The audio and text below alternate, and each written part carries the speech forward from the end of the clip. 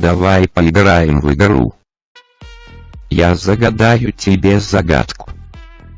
Если ты отгадаешь ее, не пиши ответ в комментариях, а просто поставь лайк.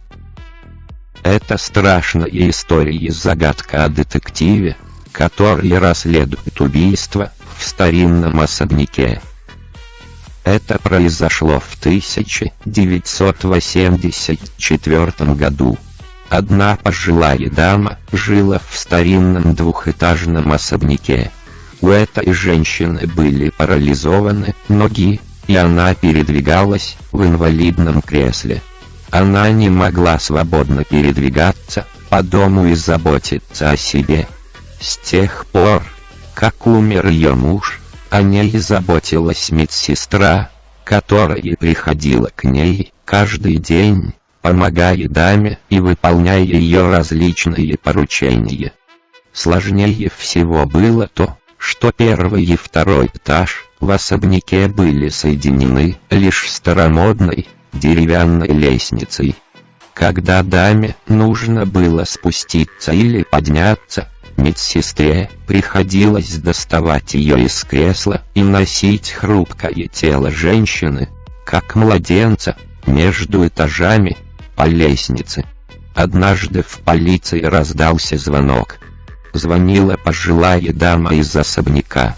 Она сообщила, что в ее доме произошло убийство, и что преступник уже скрылся с места преступления. Чтобы расследовать это дело, в особняк вдовы был отправлен один детектив. Когда детектив приехал в особняк, он обнаружил, что медсестра лежит на полу в луже крови. Руки и ноги медсестры были разбросаны под странными углами, и у нее было перерезано горло. Старушка сидела в инвалидном кресле на втором этаже возле лестницы. Она неподвижно сидела в кресле, не издавая ни звука, и, казалось, все еще была в шоке. Детектив тут же исключил ее из подозреваемых, так как она не могла двигаться и не могла спуститься вниз. Таким образом, она оказалась в ловушке, когда произошло убийство. Это убийство точь-в-точь походило на убийство ее мужа, которое произошло в этом же доме много лет назад. Только тогда мужа женщины задушили на диване на первом этаже, в то время как парализованная дама находилась на втором.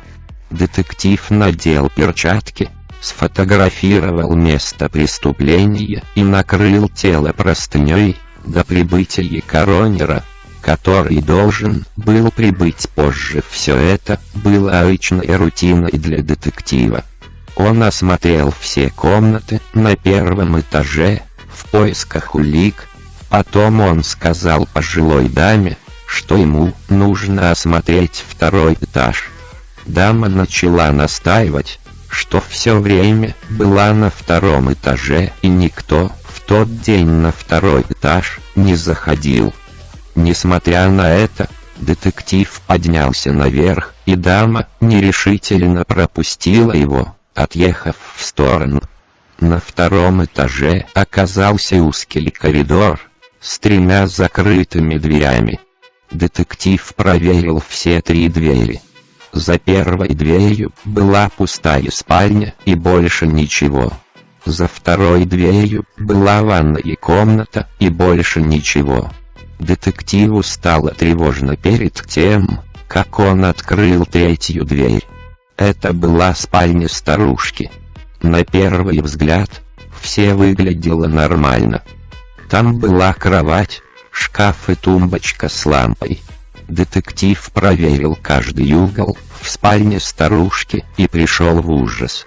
Но ужас этот был вызван не тем, что он обнаружил, а скорее тем, чего он там не нашел.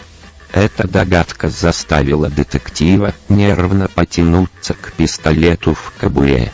Эта деталь была такой незначительной, что про нее просто забыли, когда расследовали прошлое убийство мужа старушки.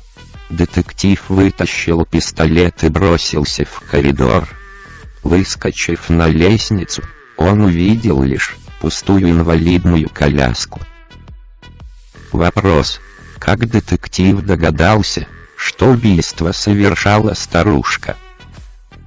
Если ты отгадал загадку, не пиши ответ в комментариях, а просто поставь лайк и не забудь подписаться на канал.